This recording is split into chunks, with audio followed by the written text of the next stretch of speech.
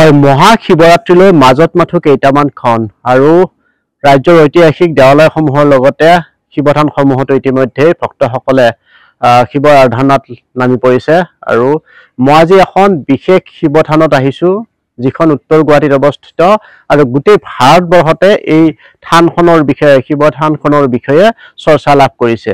আৰু এই চৰ্চাৰ কাৰণ আছে যে এই শিৱথানখন প্ৰায় 500 বছৰৰো অধিক দিন পুৰণি আৰু ইয়াত এই শিৱথানখন স্থাপন কৰা লোকজন হ'ল ইছলাম ধৰ্মীয় এটা পৰিয়াল। আৰু মতিউৰ ৰহমান নামৰ উত্তৰ গুৱাহাটীৰ এই ইছলাম ধৰ্মীয় বিশেষ পৰিয়ালটোৱে এই থানখন স্থাপন কৰিছিল। আৰু প্ৰায় 500 বছৰ আগতে এই স্থাপন কৰা থানখন এতিয়া সৰ্বভাৰততে বিয়পি পৰিছে। বিশেষকৈ হিন্দু মুছলিম উভয় সম্প্ৰদায়ে তেওঁলোকৰ নিজৰ চিন্তাধাৰা, নিজৰ ধৰ্মীয় আবেগেৰে, ধৰ্মীয় চিন্তাৰে তেওঁলোকৰ উপাস্যজনক আৰাধনা কৰে। আৰু আমাৰ হিন্দু ধৰ্মী লোকসকলেও বিশেষকৈ উত্তৰ গুৱাহাটীৰে নহয়, বিভিন্ন প্ৰান্তৰ পৰা ভক্ত দৰ্শনাৰ্থী আহা আৰু শেহতীয়াকৈ এই মন্দিৰটোলৈ, শিৱথানখনলৈ বিশেষ চৰ্চা লাভ কৰিছে ভাঙুৰি বাবাৰ থান। আৰু এয়া উত্তৰ গুৱাহাটী বৰং মহলত অৱস্থিত আৰু যিখন থানৰ সৈতে এটা পৰিয়াল 500 বছৰ জড়িত হৈ আছে। আৰু তেখেতৰ নাম হ'ল এতিয়া মতিউৰ ৰহমান আৰু তেখেতে এই থানখন পৰিচালনা কৰি আছে। আৰু আমি পোনে পোনে জানিব বিচাৰিম, যিহেতু মহাশিৱৰাত্ৰি সন্মুখত, এই থানখনৰ বিষয়ে অলপ ক'ব। এই থানখন আজি প্ৰায় 500 বছৰৰ আগতে অৱস্থিত আৰু এই থানখন আমাৰ বংশতক দি গৈছে। আমাৰ বংশটোৰ দ্বাৰা এই থানখন প্ৰতিষ্ঠিত হৈছে। এই থানখনত আমাৰ ককাহঁতে আমাৰ ভাঙৰি নানাৰ লগত, আমি নানা বুলি কওঁ যিহেতু বয়সস্থ মানুহ, তেওঁৰ লগত কথা বতৰা হৈছিল আৰু তেওঁৰ কথা বতৰা আমাক চলি থাকিব দিছে। আমাৰ বিনা অনুমতিত ইয়াত কোনো একোজনো নিব নোৱাৰে আৰু নিদিয়েও। চবেই ভয় কৰে, কিবা বস্তু নিব লগা আহিলে আমাক সুধি পেলাই কামটো কৰে।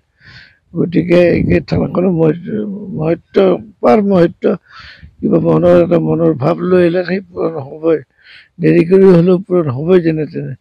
গতিকে থানখনৰ এই মুহূৰ্তৰে ভাং লাগে। ভাঙৰ নাম হ'ল এইখন ভাঙৰ থান। ইয়াত কোনো মন্দিৰ মছজিদ একো নাই। থান এখন শিল এটা, শিলৰ মাজত আমাৰ চুবুৰীয়া হিন্দু ভাইসকলে পূজা কৰে আৰু মুছলমানসকলে ইয়াতে কেতিয়াবা নামাজো পঢ়ে আৰু অলপ আমাৰ মুছলমান ধৰ্মীয় মতে অলপ কাম কাজ কৰে। ইয়াতে কোনো অসুবিধা নাপায়, হিন্দু অসুবিধা নাপায়, মুছলমানৰ অসুবিধা নাপায়। গতিকে আমি সকলোৱে মিলি জুলি ইয়াতে কালিলৈ পৰহিদিনা শিৱৰাত্ৰি হ'ব। সকলো মানুহে আহি ইয়াতে গোট খাব। এটা হিন্দু আহিব, মুছলমানো আহিব, আমিও থাকিম। গতিকে আমাৰ বহুত ভাল লাগি যাব আৰু কালিলৈকে। হয়, সুন্দৰ। আৰু এয়া হৈছে মতিউৰ ৰহমান, যিগৰাকী ব্যক্তিৰ বিষয়ে এতিয়া সৰ্বভাৰত জুৰি চৰ্চা লাভ কৰিছে। আৰু যি সময়ত ভাৰতবৰ্ষত বিভিন্ন ধৰ্মীয় সংকীৰ্ণতাৰ কথা কোৱা হয়, কিন্তু সেই সময়তে উত্তৰ গুৱাহাটীৰ এই ভাঙুৰি বাবা থান এতিয়া সকলোৰে বাবে চৰ্চাৰ বিষয় হৈ পৰিছে, সকলোৰে আগ্ৰহৰ বিষয় হৈ পৰিছে। আৰু এই ভাঙুৰি বাবাৰ থানত আচলতে ভক্তসকলৰ যি মনোবাঞ্ছা লৈ আহে সেয়া পূৰণ হয় বুলি বিশ্বাস কৰা হয়। আৰু পথাৰৰ মাজত নিৰ্জন ঠাইত এই ভাঙুৰি বাবা থানখন অৱস্থিত। ইয়াত এডাল প্ৰকাণ্ড আম গছ আছে আৰু লগতে আছে বিভিন্ন গছ গছনি।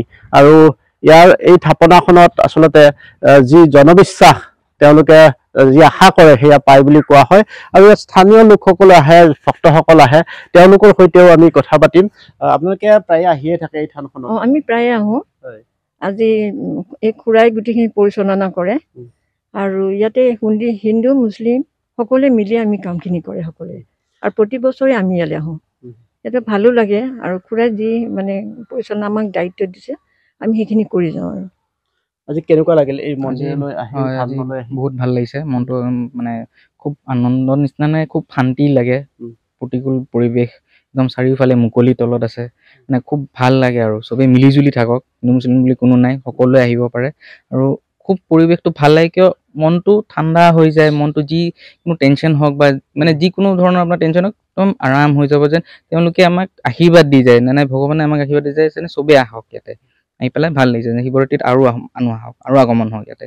ধন্যবাদ। আমি যিহেতু হিন্দুসকলে মহাদেৱ বুলি পূজা অৰ্চনা কৰোঁ আৰু ইছলাম ধৰ্মীসকলে নানা বুলি সম্বোধন কৰে, আৰু যিয়ে নহওক ধৰ্মীয় যি চিন্তাধাৰা ধৰ্মীয় বিশ্বাস যিয়ে নহওক, কিন্তু উপাস্যজনক ইয়াতে সকলোৱে নিশ্চয় বিচাৰি পাইছে, আৰু যাৰ বাবে এতিয়া ভাৰতবৰ্ষৰ বিভিন্ন প্ৰান্তৰ পৰা আচলতে ভক্তসকল আহে আৰু এই থানখনৰ দৰ্শন কৰি গৈছে।